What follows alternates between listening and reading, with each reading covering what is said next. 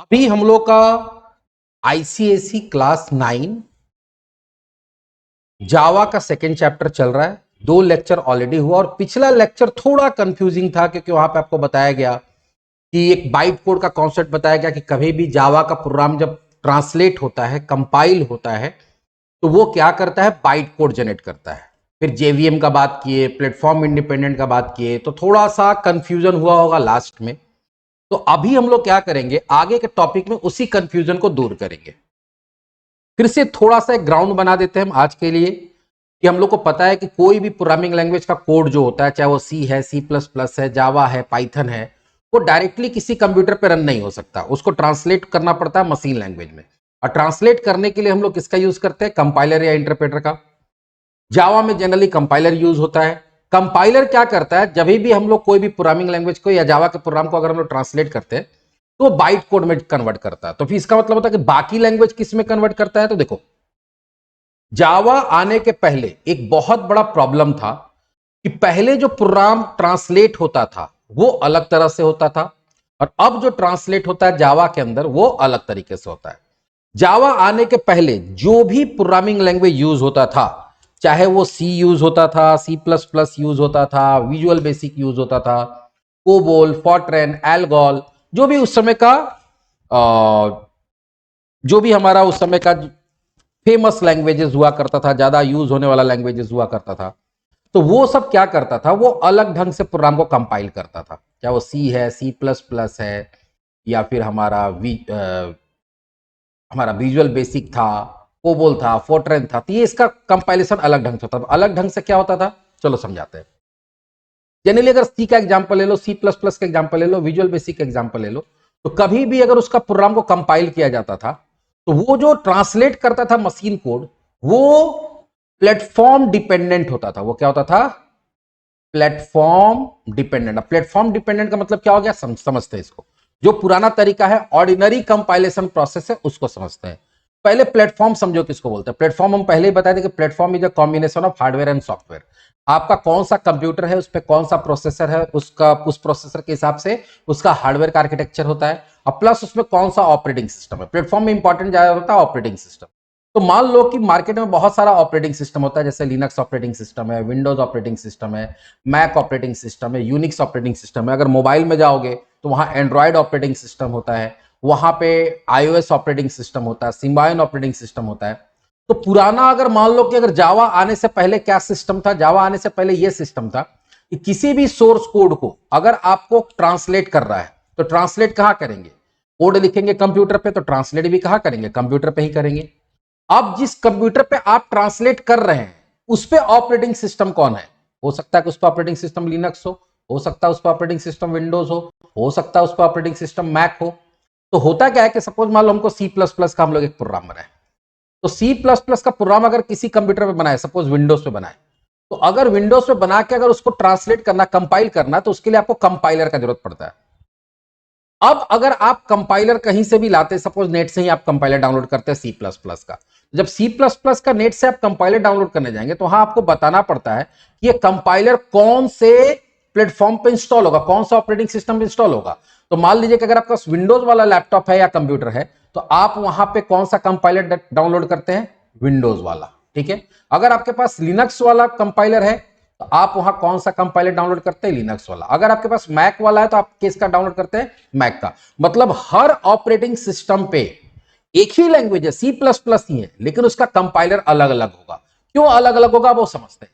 याद होगा हम बताए थे कि सी, सी प्लस प्लस, जावा, पाइथन, ये सारा का सारा क्या है, हाई लेवल लैंग्वेज है। क्या है, हाई लेवल। फर्स्ट चैप्टर जो पढ़ाए थे वहां बताए थे ये सब हाई लेवल लैंग्वेज है। और हाई लेवल लैंग्वेज के बारे में उस समय भी समझाए थे ये बात कि इसको हाई लेवल एक तो इसलिए बोलते हैं क्योंकि इंग्लिश लाइक लैंग्वेज है, सिंपल लैंग्वेज है, easy to understand, easy to learn है। लेकिन दूसरा एक और चीज बताए थे कि जो तुम्हारा हाई लेवल लैंग्वेज का जो सोर्स कोड होता है वो जब ट्रांसलेट होता है तो डायरेक्टली वो मशीन कोड में ट्रांसलेट नहीं होता है जो आपका कंप्यूटर डायरेक्टली समझ सकता है। हम उस समय बताए थे कि आपका जो सोर्स कोड होता है जब वो ट्रांसलेट होता है हाई लेवल लैंग्वेज का और वो रन करता है, तो वो इंस्ट्रक्शन डायरेक्टली हार्डवेयर को ना देके किसको देता है, ऑपरेटिंग सिस्टम को देता है। और ऑपरेटिंग सिस्टम के पास वो पावर होता है या उसको जानकारी होता है कि हार्डवेयर से कैसे काम कराना। तो आप ऑपरेटिंग सिस्टम को इंस्ट्रक्शन दिए और ऑपरेटिंग सिस्टम फिर हार्डवेयर से काम कराता। मतलब जैसे याद होगा उस दिन वो जो high level low level language वाला आपको पढ़ाए थे, तो वहां पे बताए थे चैप्टर 1 के अंदर कि जैसे एक एग्जांपल दिए थे कि वो ठेला वाला भैया और रेस्टोरेंट में जो वेटर होता है, तो वेटर क्या है, एक बीच का आदमी है जो आपसे आपका ऑर्डर लेता है और वो जाता है किचन में, आपको जाने का जरूरत नहीं है। आप जो भी चीज ऑर्डर किए है वो जाके वो किचन में बताता, फिर वहां से लाके देता। मतलब आप जो है आप इंटरेक्ट किसके साथ कर रहे हैं, वेटर के साथ कर रहे हैं। तो यहां पे वो वेटर कौन है, ये ऑपरेटिंग सिस्टम है। तो आपको आपका प्रोग्राम जो इंस्ट्रक्शन देगा वो डायरेक्टली मशीन को नहीं देगा, वो किसको देगा, वो देगा हमारे ऑपरेटिंग सिस्टम को। और हर ऑपरेटिंग सिस्टम का आर्किटेक्चर अलग होता है, उसको उसका समझने का तरीका अलग होता है, उसका भाषा अलग होता है। इसीलिए उस समय क्या होता था कि अलग अलग कंपाइलर बनाया जाता था। अगर कोई प्रोग्रामिंग लैंग्वेज बनाया C++, तो उसका अलग अलग कंपाइलर बनाया गया। अब अगर आप सोर्स कोड मान लो C++ का कंपाइल करना चाहते हैं लिनक्स में, तो आपको लिनक्स का कंपाइलर डाउनलोड करना पड़ेगा। और लिनक्स वाले मशीन पे लिनक्स का ही कंपाइलर डाउनलोड होगा। और लिनक्स का जो कंपाइलर डाउनलोड होगा उसको दो भाषा आएगा। पहला भाषा कौन सा आएगा, पहला भाषा आएगा C++, क्योंकि C++ का कंपाइलर है। और दूसरा भाषा आएगा लिनक्स। तो होगा क्या कि ये आपका कोड को पढ़ेगा कंपाइलर और उसको ट्रांसलेट करेगा, क्योंकि लिनक्स का ट्रांसलेटर है तो वो लिनक्स भाषा में ट्रांसलेट कर देगा। और लिनक्स भाषा में जब ट्रांसलेट करेगा तो उसको लिनक्स ऑपरेटिंग सिस्टम आराम से समझ लेगा। अगर मान लीजिए कि आपका जो C++ का कोड है उसको कंपाइल करना विंडो पे, तो आप विंडो वाला कंपाइलर डाउनलोड करेंगे और उसको दो भाषा आएगा, C++ और विंडोज। तो अब क्या होगा कि अगर आप C++ का कोड को विंडो के ऊपर कंपाइल करें तो वहां विंडो का कंपाइलर यूज होगा और उसको दो भाषा आएगा, तो C++ का कोड को रीड करेगा और उसको उस भाषा में बदल देगा जिसको विंडोज समझ सकता है, क्योंकि आपको समझाना विंडो का है, ऑपरेटिंग सिस्टम को। विंडोज फिर आगे हार्डवेयर से समझेगा, तो वो उसका मैटर है, वो कैसे समझेगा। अगर आपको मैक ऑपरेटिंग सिस्टम वाला पे रन कराना तो इसके लिए आपको अलग किसका जरूरत पड़ेगा, कंपाइलर को। इसको दो भाषा आएगा, C++ और मैक। वो C++ को यहां से पढ़ेगा, अब मैक में ट्रांसलेट करके दे देगा। तो अब जो पहले जो ट्रांसलेट होता था कंपाइलर के द्वारा, उसको हम लोग मशीन कोड नहीं बोलते, उसको जनरली बोला जाता है ऑब्जेक्ट कोड। क्या बोला जाता है, ऑब्जेक्ट कोड। ये ध्यान रखना कि जो हाई लेवल लैंग्वेज है वो जब ट्रांसलेट होता है तो वो मशीन कोड जनरेट नहीं करता। मशीन कोड कौन जनरेट करता था, असेंबलर, जो असेंबली लैंग्वेज जो लो लेवल में था। ये करता है ऑब्जेक्ट कोड, या उसको एक और चीज बोला जाता है नेटिव मशीन कोड। क्या बोलते हैं, native machine code. Native machine code मतलब क्या होगा कि जो मशीन पे रन होना है उसके हिसाब से, उसके अकॉर्डिंग उस भाषा में वो ट्रांसलेट हो जाता है, उस प्लेटफॉर्म के हिसाब से हो जाता है। तो अभी जो हमारा पुराना लैंग्वेज था वो जब भी, चाहे वो C है, C++ है, विजुअल बेसिक है, एल्गोल है, कोबोल है, फोर्ट्रन है, वो जब ट्रांसलेट होता है तो क्या बनाता है, ऑब्जेक्ट कोड बनाता है। ठीक है, क्यों ऑब्जेक्ट कोड बनाता है, क्योंकि वो मशीन स्पेसिफिक। मशीन स्पेसिफिक मतलब क्या हो गया कि अगर हम लिनक्स पे उसको ट्रांसलेट करना चाहते हैं तो लिनक्स का अलग ट्रांसलेटर होगा जो कि C++ को रीड करेगा, लिनक्स में कन्वर्ट कर देगा ताकि लिनक्स इसको आसानी से समझ ले। विंडोज का है तो C++ का कोड तो वही रहेगा, लेकिन उसको ट्रांसलेट करेगा ऐसे भाषा में जो विंडोज समझ सकता है। और जो C++ का अगर मैक पर रन करना तो वहां मैक वाला ट्रांसलेटर यूज होगा, जिसको दो भाषा आएगा, वो मैक में ट्रांसलेट करेगा, मैक का ऑब्जेक्ट कोड जनरेट होगा जिसको मैक समझ सकता है। तो इस ये जो तरीका है, ये तरीका पहले चलता था जावा के पहले। तो इससे प्रॉब्लम क्या है, देखो प्रॉब्लम क्या है कि अगर सपोज मेरे पास एक कंप्यूटर है जहां पर हम कोई प्रोग्राम बना रहे हैं, कोई सॉफ्टवेयर बना रहे हैं, और उस पर विंडोज ऑपरेटिंग सिस्टम हमारे पास क्या है, इंस्टॉल्ड है।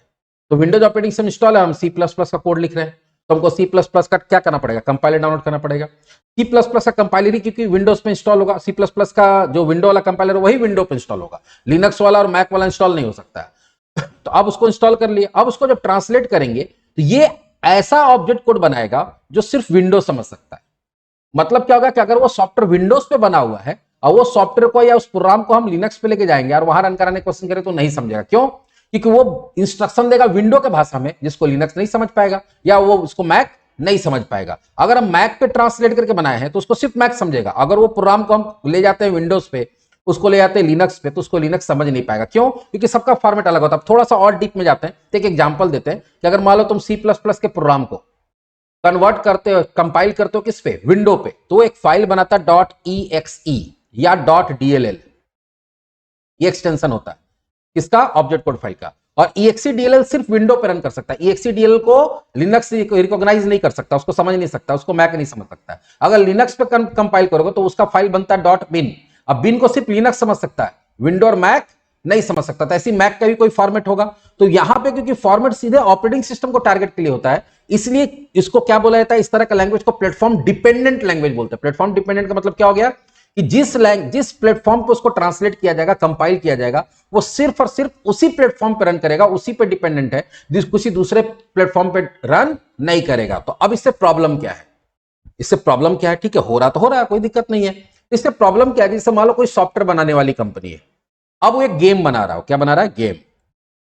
और वो क्या चाहता है कि मेरा जो गेम है उसको कोई विंडोज पे भी इंस्टॉल कर ले, लिनक्स पे भी इंस्टॉल करके खेल सके, मैक पे भी इंस्टॉल करके खेल सके। तो उसको क्या करना पड़ेगा, एक ही कोड को 3 अलग अलग प्लेटफॉर्म पे ट्रांसलेट करना पड़ेगा, तीनों का अलग अलग फिर वो इंस्टॉलेशन फाइल बनाना पड़ेगा। और अगर मान लो सीडी वगैरह में बेच रहा है अगर वो कंपनी, तो तीनों के लिए अलग अलग सीडी बनाना पड़ेगा। और जो यूजर खरीदने जाएगा उसको बताना पड़ेगा कि उसके पास कौन सा ऑपरेटिंग सिस्टम। मान लो कि आज मेरे पास विंडोज का लैपटॉप है, तो हम वो कोई गेम खरीदे, उसका पैसा दे दिए, मान लो 3,000 रुपए का गेम था, 3,000 रुपए दे दिए, 3,000 रुपए देकर विंडो वाला सीडी ले आए, उसमें किसका नेटिव कोड है, विंडो। तो एक तो कंपनी पे लोड पड़ा कि उसको 3 अलग अलग जगह कंपाइल करना पड़ा, प्लस कंपाइल करते समय भी होता है कि कभी कभी कोई कोई ऐसा काम होता है जो हो सकता है लिनक्स पे हो, विंडोज पे ना हो, विंडोज पे हो तो मैक पे ना हो, तो कुछ कुछ फीचर भी ऐड करना पड़ता है या हटाना पड़ता है कंपाइल करने से पहले, तो सोर्स कोड में भी चेंजेस करना पड़ेगा। तो एक तो कंपनी पे लोड पड़ा, प्लस अब देखो यूजर को क्या प्रॉब्लम हो सकता है, आज उसके पास, तुम्हारे पास मान लो विंडोज वाला लैपटॉप है, तो तुम विंडो वाला सीडी खरीद के ले आए, उसका कंपनी को पैसा दे दिए, कंपनी से ले लिए। इन फ्यूचर हो सकता है तुम क्या किए, लैपटॉप खरीद लिया एप्पल का, और एप्पल के लैपटॉप पे क्या होता है, मैक का ऑपरेटिंग सिस्टम होता है। अब जो मैक का तुम्हारे पास लैपटॉप आ गया, अब तुम सोचोगे उस सीडी से हम उसको विंडोज वाला खरीदे तो उसको मैक पे वो गेम इंस्टॉल कर ले, तो आप इंस्टॉल नहीं कर पाएंगे। तब क्या करना पड़ेगा, अब आपको मैक के लिए अलग से वो गेम वाला जो सीडी है वो मैक वाला खरीदना पड़ेगा, तो तुमको दोबारा पैसा देना पड़ेगा। तो कस्टमर को भी प्रॉब्लम और कंपनी को भी प्रॉब्लम कि भाई इसको अलग अलग प्लेटफॉर्म के लिए बनाना पड़ रहा है। तो ये बहुत बड़ा प्रॉब्लम था। और जैसे जैसे कंप्यूटर का यूजेज बढ़ रहा था, यूजर बढ़ रहा था, कंप्यूटर बहुत फेमस हो रहा था, घर घर जा रहा था, और अलग अलग प्लेटफॉर्म का कंप्यूटर घर घर जा रहा था, तो ये बहुत बड़ा प्रॉब्लम आने लगा कि सॉफ्टवेयर बनाने वाला कंपनी को भी प्रॉब्लम है कि भाई एक ही सॉफ्टवेयर को अलग अलग प्लेटफॉर्म पे बनाइए, तो एक ही काम को 4 बार करना पड़ रहा है, उसमें टाइम लग रहा है, एफर्ट लग रहा है, पैसा लग रहा है, जिससे कि सॉफ्टवेयर महंगा हो जा रहा है। और दूसरा, कस्टमर को भी प्रॉब्लम है कि अगर उस जब सॉफ्टवेयर लेने जा रहा है तो उसको बताना पड़ता है कि हमको विंडो एडिशन चाहिए, तो हमको मैक एडिशन चाहिए, या हमको लिनक्स एडिशन चाहिए, और इन फ्यूचर उसके मशीन में किसी तरह का चेंजेस हो रहा है तो फिर उसको दूसरे एडिशन का दोबारा खरीदना पड़ रहा है, तो उसको दोबारा पैसा देना पड़ जा रहा है। ये सब कुछ बहुत बड़ा प्रॉब्लम था जो पुराना तरीका था, ऑर्डिनरी कंपाइलेशन प्रोसेस था। तो ऑर्डिनरी कंपाइलेशन प्रोसेस में क्या लिखा हुआ है, the process of converting a source code into machine code is compilation. वो प्रोसेस जिसमें किसी सोर्स कोड को मशीन कोड में बदला जाता है, उस प्रोसेस को क्या बोला जाता है, कंपाइलेशन बोला जाता है। The converted machine code depend a lot of platform is executing on upon. तो ज्यादातर जो कन्वर्टेड मशीन कोड होता है, जैसे ये हो गया, वो किस पे डिपेंड करता है, जिस पे वो एग्जीक्यूट कर रहा है। That means for different platform different machine code is produce. तो अगर आपके पास अलग अलग प्लेटफॉर्म है तो सबके लिए अलग अलग आपको मशीन कोड या ऑब्जेक्ट कोड या नेटिव मशीन कोड प्रोड्यूस करना पड़ता है, जिसको हम लोग नेटिव एग्जीक्यूटेबल कोड भी बोलते हैं। The native executable code is directly executed on the corresponding computer for which it has been created. तो नेटिव, ये बाय डिफॉल्ट क्या होता है, पुराना जो तरीका था उसमें, या पुराने जो लैंग्वेजेस हुआ करते थे उसमें क्या था कि जब भी उसको ट्रांसलेट करते थे तो machine native executable code generate करता था, और वो नेटिव एग्जीक्यूटेबल कोड जो होता था वो किसी खास तरह के मशीन पे ही रन करता था, खास प्लेटफॉर्म के मशीन पे ही रन करता था जिसके लिए वो बनाया गया। अगर लिनक्स के लिए बनाया गया तो लिनक्स पे रन होगा, ये दोनों पर रन होगा। विंडोज के लिए बनाया गया तो विंडोज पे। तो इससे प्रॉब्लम क्या है, बहुत सारा प्रॉब्लम आप लोग को बताए कि कंपनी को भी प्रॉब्लम हो सकता है, जो यूजर है उसको भी प्रॉब्लम हो सकता है। तो इसी का सॉल्यूशन किसके अंदर आया, जावा के अंदर आया। तो आगे देखते हैं हम लोग कि जावा इसको कैसे सॉल्यूशन किया, उसमें क्या कॉन्सेप्ट लाया, और जो भी हम लोग पीछे बाइट कोड पढ़े हैं उसका उस पूरे प्रोसेस में क्या इंपॉर्टेंस है। चलो आगे देखते हैं। तो अभी पीछे देखें कि ऑर्डिनरी जो पहले प्रोग्रामिंग लैंग्वेजेस हुआ करता था बिफोर जावा, किस तरह से उसका कंपाइलेशन प्रोसेस होता था, उसके कंपाइलेशन प्रोसेस के बाद जो कोड जनरेट होता था, ऑब्जेक्ट कोड या नेटिव मशीन कोड, वो प्लेटफॉर्म डिपेंडेंट होता था। मतलब जिस प्लेटफॉर्म पे उसको ट्रांसलेट किया गया वो उसी प्लेटफॉर्म पे रन करेगा, दूसरे प्लेटफॉर्म पे रन नहीं करेगा। तो जावा ऐसा क्या चेंजेस किया कि जावा प्लेटफॉर्म इंडिपेंडेंट हो गया। तो जावा को प्लेटफॉर्म इंडिपेंडेंट लैंग्वेज बोला जाता है, आप लोग रट भी लेते हैं, लेकिन क्यों, why Java is platform independent, तो उसके पीछे क्या रीजन है, चलिए देखते हैं। यहां पे क्या है, program written in Java are compiled into special type of machine language known as bytecode। ये हम पहले ही बताए थे कि जावा का प्रोग्राम जब कंपाइल होता है तो कंपाइल होने के बाद जो कोड जनरेट होता है वो ना मशीन कोड होता है, ना वो ऑब्जेक्ट कोड या नेटिव मशीन कोड होता है। ये होता क्या है, तो ये अलग तरह का एक स्पेशल भाषा में ट्रांसलेट होता है, स्पेशल लैंग्वेज में ट्रांसलेट होता है, इसको बोलते हैं बाइट कोड। बाइट कोड क्या है भाई? तो बाइट कोड एक ऐसा लैंग्वेज है जो ना जावा है, मतलब वो जावा भी नहीं है जिसको आप समझ सकते हैं, ना वो मशीन कोड है जिसको मशीन डायरेक्टली समझ सकता है, ना वो ऑब्जेक्ट कोड या नेटिव मशीन कोड है जिसको कोई खास प्लेटफॉर्म समझ सकता है। तो तुम्हारा क्वेश्चन होगा कि सर तो इससे तो अच्छा पहले वाला था कि इसको कोई तो समझ रहा था, ये ऐसा बाइट कोड हो गया जिसको ना हम ही समझ पा रहे हैं, क्योंकि जावा कोड हम लिखें तो जावा तो समझ में आ जाएगा हमको, मशीन कोड तो ऐसे भी हमको समझ में नहीं आएगा, ना ऑब्जेक्ट कोड समझ में आएगा, ना नेटिव मशीन कोड समझ में आएगा, लेकिन कुछ तो समझ पाते थे। लेकिन ये तो ऐसा लैंग्वेज हो गया कि जिसको ना हम ही समझ पा रहे हैं, ना मशीन समझ पा रहा, ना कोई ऑपरेटिंग सिस्टम समझ पा रहा, तो इसको समझेगा कौन और ये काम कैसे होगा? तो देखो आगे लिखा हुआ, byte code is a machine language for virtual computer known as Java virtual machine. अब देखो होता क्या है, एक होता है फिजिकल प्लेटफॉर्म। फिजिकल प्लेटफॉर्म का मतलब क्या होता है? फिजिकल प्लेटफॉर्म का मतलब होता है कि विंडोज प्लेटफॉर्म हो गया, जावा प्लेटफॉर्म हो गया, ठीक है, वो हो गया फिजिकली जो कि एग्जिस्ट कर रहा है। और एक होता है वर्चुअल। वर्चुअल का मतलब क्या होता है कि जो लगता है कि एग्जिस्ट करता है लेकिन उसका एग्जिस्टेंस होता नहीं है। जैसे हम लोग सुपरमैन के बारे में सुने, तो सुपरमैन का मूवी देखते हैं, जब मूवी देख रहे हो तो तुमको लगता है कि सुपरमैन होता है, लेकिन क्या सुपरमैन होता है? नहीं होता है। तो वैसे ही बहुत सारा चीज ऐसा होता है जो वर्चुअली लगता है रियल, लेकिन वो होता नहीं है। तो यहां पे एक वर्चुअल मशीन, मतलब एक वर्चुअल प्लेटफॉर्म बनाया गया जिसको बोला जाता है जावा वर्चुअल मशीन। तो फिलहाल अभी ये ध्यान रखना है या याद रखना है इस पर्टिकुलर टॉपिक के अंदर जो भी हम लोग पढ़ रहे हैं कि बाइट कोड को कौन समझता है? जावा वर्चुअल मशीन। अब जावा वर्चुअल मशीन क्या होता है आगे डिटेल में हम लोग पढ़ेंगे। मतलब जावा के प्रोग्राम को जब ट्रांसलेट किया जाता है तो किस में ट्रांसलेट होता है? बाइट कोड में। बाइट कोड क्या है? एक इंटरमीडिएट लैंग्वेज बोल सकते हैं या बीच का लैंग्वेज बोल सकते हैं, जो कि ना तुम्हारा सोर्स कोड है ना मशीन कोड है। उसको कौन समझता है? उसको समझता है जावा वर्चुअल मशीन। अब जावा वर्चुअल मशीन आगे के टॉपिक में डिटेल में पढ़ेंगे। The byte code still need an interpreter, क्योंकि हम पहले बोले कि बाइट कोड को ना तुम समझ सकते हो, ना कंप्यूटर समझ सकता है, ना ऑपरेटिंग सिस्टम समझ सकता है। तो होता क्या है कि एक बार जब आप सोर्स कोड को कंपाइल करते हैं, सोर्स कोड मतलब जिसमें जावा का प्रोग्राम लिखा गया, जावा का प्रोग्राम जब लिखा जाता है, जब उसको सेव किया जाता है, यह भी याद रखना है, जब वो सेव होता है तो उसका फाइल का नाम आप जो भी है वो देना होता है, बताएंगे क्या देना होता है, लेकिन एक्सटेंशन क्या होता है? हर प्रोग्राम, हर पर्टिकुलर फाइल का एक एक्सटेंशन होता है, तो उसका एक्सटेंशन डॉट जावा होता है। जब उसको कंपाइल करते हैं कंपाइलर के थ्रू, जावा का कंपाइलर का नाम क्या होता है? जावा सी, जावा कंपाइलर। तो क्या जनरेट करता है? बाइट कोड जनरेट कर देता है। क्या जनरेट कर देता है? Byte code. तो हमारे पास क्या था? सोर्स कोड डॉट जावा, उसको कंपाइलर को दिए, ठीक है, तो कंपाइलर क्या जनरेट कर दिया? Byte code. अब बाइट कोड का जो एक्सटेंशन होता है, बाइट कोड का एक्सटेंशन क्या होता है? Dot class. मतलब सपोज तुम्हारे पास एक प्रोग्राम है और उस प्रोग्राम का नाम है डेमो डॉट जावा, ठीक है, एक प्रोग्राम जिसको सेव किया डेमो डॉट जावा, तो जिसको कंपाइल करेंगे तो जो बाइट कोड होगा उसका अलग से फाइल बनता है और उसमें बाइट कोड टाइप होता है या बाइट कोड लिखाता है, बाइट कोड जनरेट होता है और उसका फाइल का नाम डेमो ही रहेगा, लेकिन एक्सटेंशन क्या होगा? Dot class. लेकिन बाइट कोड जो है या डॉट क्लास फाइल हो डायरेक्टली किसी मशीन पर रन नहीं कर सकता है, तो उसके लिए जरूरत पड़ता है इंटरप्रेटर का। किसका जरूरत पड़ता है? इंटरप्रेटर। तो यहां देखो लिखा हो byte code still need an interpreter to execute them on any given platform. जिस प्लेटफॉर्म पे उसको रन कराना, फिर वहां दोबारा ट्रांसलेट करना पड़ेगा। The interpreter also called just in time, JIT, read the byte code and translate it into the native executable code of the host computer on which it to be executed. इसका पूरा मतलब समझो क्या है? इसका मतलब यह है, समझो कि मान लो कि मेरे पास एक जावा का प्रोग्राम है,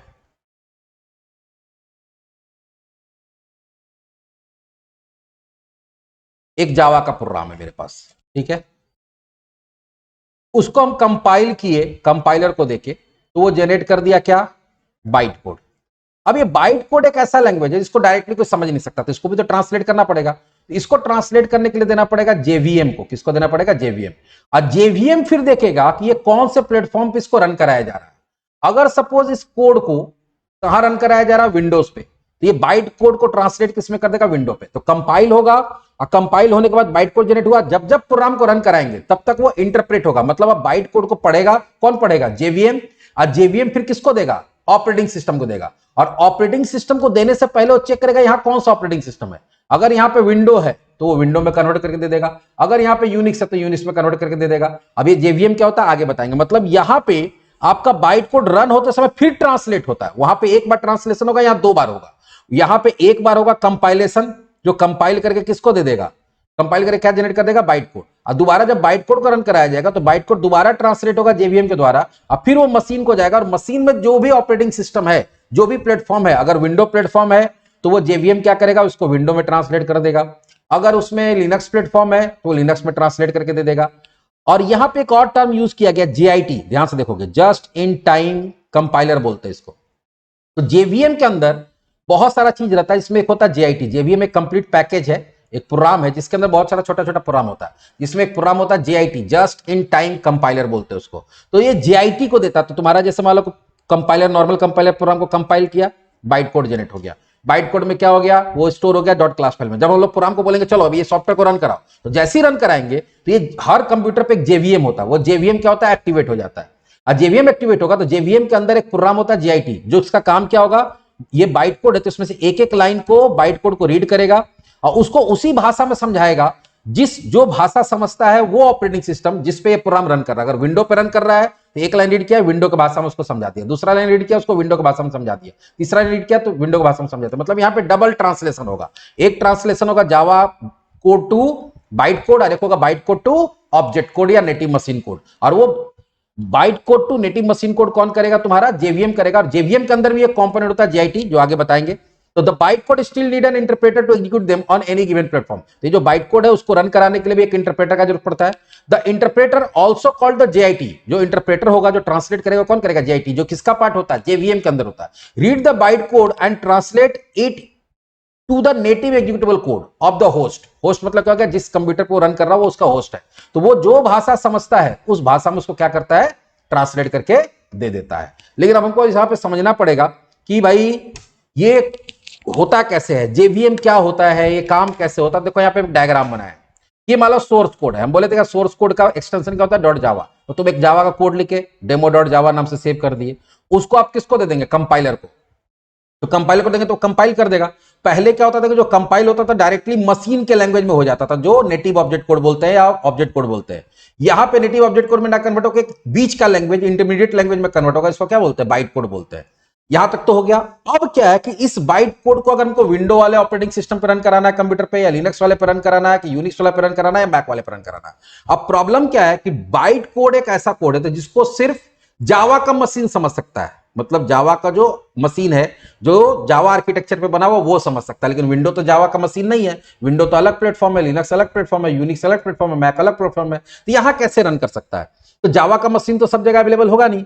लेकिन हम लोग क्या कर सकते हैं कि हमारे पास जो भी मशीन अवेलेबल है, चाहे विंडो प्लेटफॉर्म वाला अवेलेबल है, लिनक्स वाला अवेलेबल है, यूनिक्स वाला अवेलेबल है, या मैक वाला अवेलेबल है, हम लोग किसी भी मशीन को वर्चुअली जावा मशीन में कन्वर्ट कर सकते हैं। मतलब इस मशीन में कुछ ऐसा, इस मशीन को या ये चारों में से या और भी कोई प्लेटफॉर्म है, उस मशीन को कुछ ऐसा पावर दे दिया जाएगा कि जो बाइट कोड रन होने आएगा ना, तो उसको क्या लगेगा कि उसको लगेगा करे ये विंडो का नहीं है, ये जावा का ही मशीन है। बात समझ में आ रहा है। ये लिनक्स का मशीन नहीं है, जावा का ही मशीन है। ये यूनिक्स मशीन नहीं है, जावा का ही मशीन है। मैक का मशीन नहीं, जावा का मशीन है। अब बाइट कोड जावा का मशीन पर रन कर सकता है, लेकिन ये जावा का मशीन तो है नहीं। तो इसको वर्चुअली जावा का मशीन बाइट कोड को दिखाया जाएगा कि भाई ये जो मशीन है वो है तो मैक का, लेकिन बाइट कोड को क्या दिखेगा, बाइट कोड को दिखेगा अरे ये तो मेरा जावा वाला मशीन है, चलो हम इस पर रन हो सकते हैं।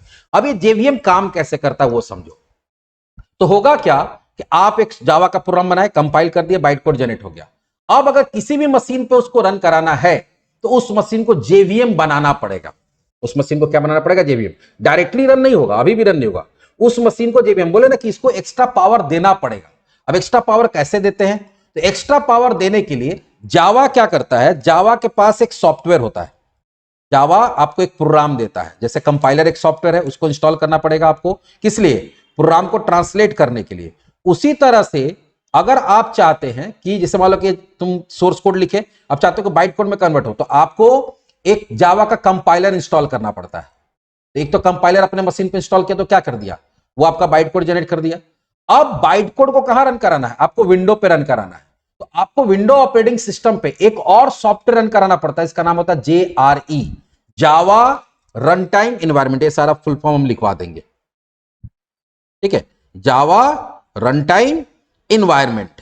तो आपको क्या करना पड़ेगा, जावा रन टाइम इन्वायरमेंट इंस्टॉल करना पड़ेगा किस पे, विंडो वाले मशीन पर। जैसे ही आप जावा रन टाइम इन्वायरमेंट विंडो वाले मशीन पे इंस्टॉल कर देते हैं, ये मशीन क्या बन जाता है, जेवीएम बन जाता है। मतलब एक छोटा सा सॉफ्टवेयर डाल दिए किसी भी मशीन में, किसी भी ऑपरेटिंग सिस्टम में, तो वो क्या बन जाता है, वो बन जाता है जेवीएम।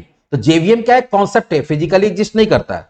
जेवीएम क्या है, एक कॉन्सेप्ट है, ठीक है, वो थ्योरेटिकल चीज है, वो फिजिकल चीज नहीं है। जेवीएम नाम का कोई चीज होता नहीं है। जावा वर्चुअल मशीन नाम ही से समझ में आ रहा है कि वर्चुअली होता है। तो किसी भी मशीन को आप जेवीएम में बदल सकते हो। तो बाइट कोड को कौन समझ सकता है, जेवीएम। और किसी भी मशीन को जेवीएम में बदलने के लिए क्या करना पड़ता है, उस पर जेआरई इंस्टॉल करना पड़ता है। ये क्या है, प्रोग्राम है। तो विंडो पे जेआरई डाल दिए, या अगर लिनक्स पे रन कराना है तो लिनक्स पे जेआरई इंस्टॉल कर दिए, यूनिक्स पे रन करना तो इस पे जेआरई इंस्टॉल कर दिया, मैक पे जेआरई इंस्टॉल कर दिए। अब ये जेआरई क्या होता है, एक प्रोग्राम होता है। और इसी प्रोग्राम के पास क्या होता है, जेआईटी होता है। इसी प्रोग्राम के अंदर क्या होता है, JIT, just in time compiler. अब जब आप जेआरई इंस्टॉल करने जाएंगे तो जेआरई को भी डाउनलोड करना पड़ेगा। जब डाउनलोड करने जाएंगे तो वहां पूछेगा, वो कैसे वहां पे पूछता था, यहां पे कंपाइलर के समय ही पूछता था कि आपको किसका कंपाइलर चाहिए।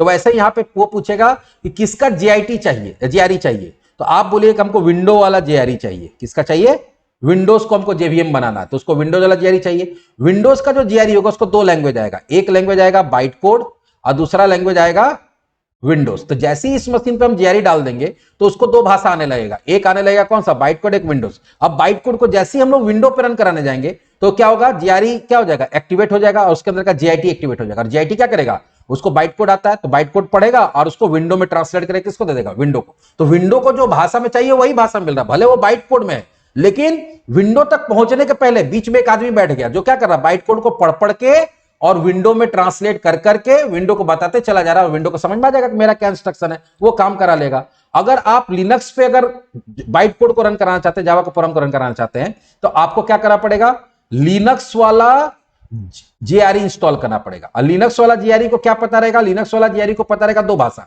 बाइट कोड तो कॉमन है कि उसको पढ़ना पड़ेगा बाइट कोड, और दूसरा क्या करेगा, उसको पता रहेगा लिनक्स। अब जैसे ही ये वाला जेआरई हम लोग किसमें डाल देंगे, लिनक्स पे डाल देंगे, तो अब लिनक्स भी क्या हो गया, इसके पास भी पावर आ गया कि ये बाइट कोड को ट्रांसलेट कर सकता है कि उसके पास जेआरई किसका है, लिनक्स का है। जैसे ही हम लोग बाइट कोड को रन कराएंगे लिनक्स पे, तो क्या करेगा, ये जेआरई एक्टिवेट हो जाएगा। और जेआरई जब एक्टिवेट हो जाएगा तो जेआरई एक्टिवेट होने के साथ क्या करेगा, वो बाइट कोड को रीड करना शुरू करेगा, लिनक्स में कन्वर्ट करके देगा। सेम प्रोसेस यूनिक्स और मैक में भी आ जाएगा। तो अगर कोई पूछे कि जावा प्लेटफॉर्म इंडिपेंडेंट क्यों है, उसके पीछे रीजन क्या है, तो उसके पीछे रीजन है दो, बाइट कोड और जेवीएम का कॉन्सेप्ट। बाइट कोड क्या है, तो जावा का प्रोग्राम जब कंपाइल होता है तो वो किस में ट्रांसलेट होता है, बाइट कोड में। बाइट कोड क्या है, एक इंटरमीडिएट लैंग्वेज है जो कि ना मशीन कोड है और ना ही तुम्हारा जावा का कोड है, मतलब वो सोर्स कोड है, ना वो मशीन कोड है ना सोर्स कोड है। बाइट कोड को कौन समझेगा, तो बाइट कोड को समझेगा जेवीएम। जेवीएम क्या है, कॉन्सेप्ट है, एक थ्योरेटिकल चीज है जो ये बताता है कि बाइट कोड को रन टाइम में जब वो रन होगा तो जिस भी प्लेटफॉर्म पे रन हो रहा है उसमें वो कैपेबल होता है कि जेवीएम क्या करता है, बाइट कोड को ट्रांसलेट कर सकता है किसमें,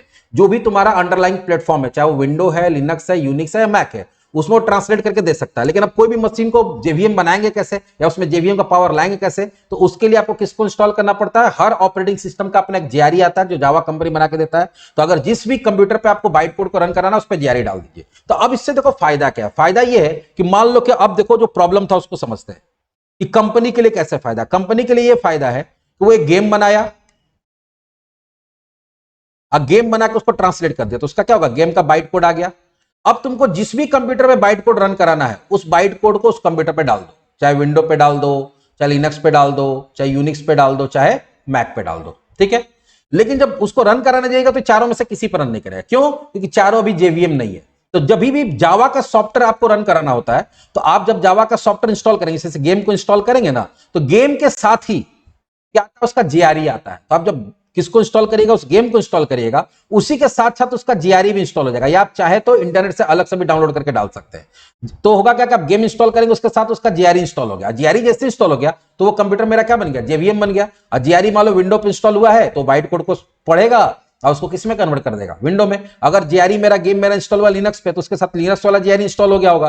तो अगर जब इसको रन कराएंगे तो बाइट कोड को रीड करेगा, लिनक्स में समझा देगा, तो लिनक्स पे भी और गेम रन हो सकता है। अगर आप यूनिक्स पे रन करा रहे हैं तो बाइट कोड को रीड करेगा उसका जीआरई और उसको यूनिक्स में कन्वर्ट कर देगा। अगर आप मैक में इंस्टॉल कर रहे हैं तो उसके साथ मैक वाला जीआरई इंस्टॉल हो जाएगा और उसको बाइट कोड और मैक का दोनों का लैंग्वेज आएगा, और जैसे ही बाइट कोड को यहां रन करेगा तो यहां पे काम हो जाएगा। तो इससे देखो फायदा क्या हुआ, फायदा ये हुआ कि एक कंपनी को एक कोड को अलग अलग प्लेटफॉर्म के लिए उसका नेटिव या ऑब्जेक्ट कोड नहीं बनाना पड़ा या नेटिव मशीन कोड नहीं बनाना पड़ा, उसको एक ही कोड बनाना पड़ा।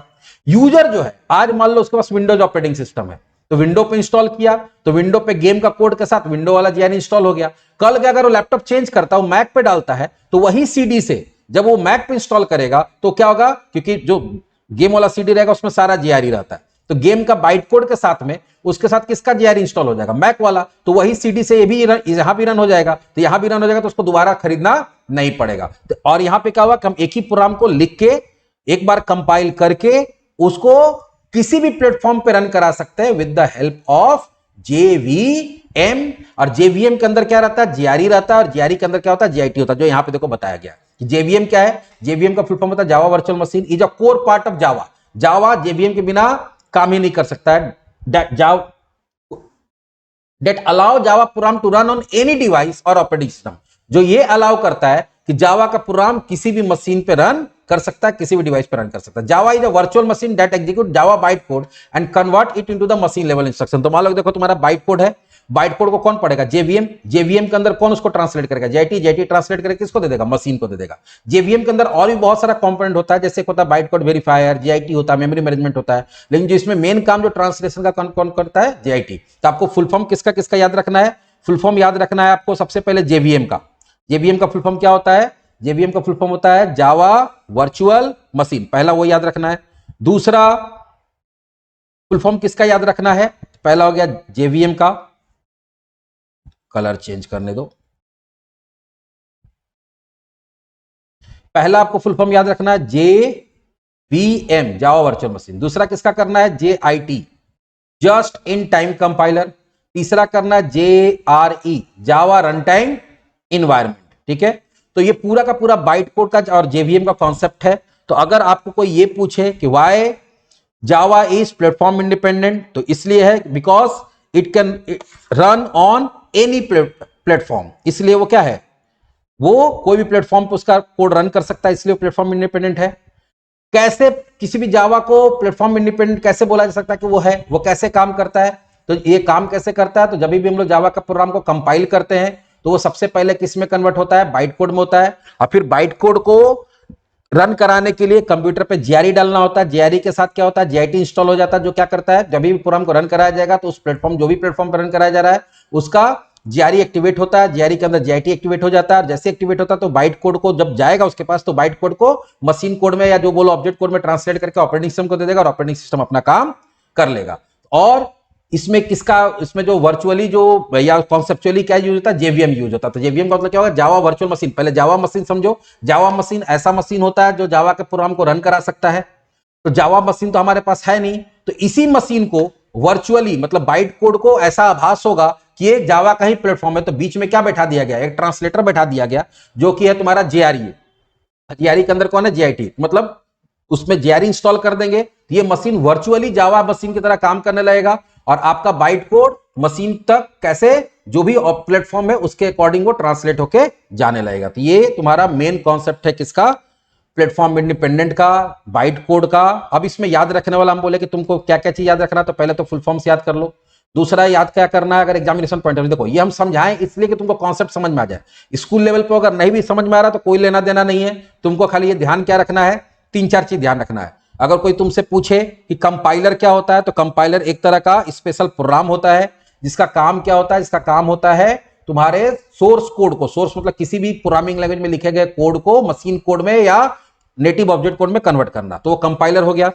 पहले कैसे, पहले जो पुराना जो प्लेटफॉर्म डिपेंडेंट लैंग्वेज था उसका कंपाइलेशन में क्या होता है, तो उसका कंपाइलेशन में ये होता है कि कंपाइलर जब भी ट्रांसलेट करता है तो किसी खास प्लेटफॉर्म के लिए ट्रांसलेट करता है, इसको ऑब्जेक्ट कोड या नेटिव मशीन कोड बोलते हैं। और जिस प्लेटफॉर्म पर उसको ट्रांसलेट किया गया या जिस प्लेटफॉर्म के लिए ट्रांसलेट किया गया वो उसी प्लेटफॉर्म पर रन करेगा, दूसरे पर रन नहीं करेगा। जावा के प्रोग्राम में क्या होता है, जावा के प्रोग्राम में अगर कोई पूछे कि जावा का प्रोग्राम जो ट्रांसलेट होता है तो कौन सा कोड जनरेट होता है, तो बाइट कोड जनरेट होता है, नंबर 1। दूसरा इसमें क्या याद रखना है, कि जब बाइट कोड को फिर कौन ट्रांसलेट करता है, तो जेवीएम ट्रांसलेट करता है। ठीक है, जेवीएम के अंदर कौन सा कंपोनेंट ट्रांसलेट करता है? जेवीएम तो एक कंप्लीट वर्चुअल चीज होगा, थ्योरेटिकल चीज। असली ट्रांसलेटर का नाम क्या है? तो उसका असली ट्रांसलेटर का नाम है just in time JIT compiler. ठीक है, तीसरा चौथा चीज क्या याद रखना, अगला चीज क्या याद रखना है कि जावा का प्रोग्राम जब बनता है, उसको जब सेव किया जाता है, इसमें सिर्फ जावा का कोड रहता है, तो उसका एक्सटेंशन क्या होता है? डॉट जावा। और क्लास जब उस ट्रांसलेट होता है, बाइट कोड बनता है, तो बाइट कोड जब बनता है तो उसका एक्सटेंशन क्या होता है? उसके फाइल का डॉट क्लास। तो ये सब चीज एग्जामिनेशन पॉइंट ऑफ व्यू से आप याद रख सकते हैं। ठीक है, उसके बाद आपको यह याद रखना है, ये क्लास फाइल बताई दिए, JIT का फुल फॉर्म याद रखना है, JVM का फुल फॉर्म याद रखना है, और तुमको JRE तुम्हारा जावा रन टाइम एनवायरमेंट का क्या याद रखना है? फुल फॉर्म याद रखना है। तो ये हमारा एक और सेकेंड चैप्टर का टॉपिक हम लोग खत्म कर लिए। आगे कैरेक्टरिस्टिक्स ऑफ तुम्हारा जो जावा है वो पढ़ेंगे, और उसके बाद भी आगे फिर कैसे ब्लूजे पे हम लोग यूज करते हैं, IDE क्या होता है, उसके बारे में हम लोग को आगे पढ़ना है। तो चलिए मिलते हैं नेक्स्ट वीडियो में।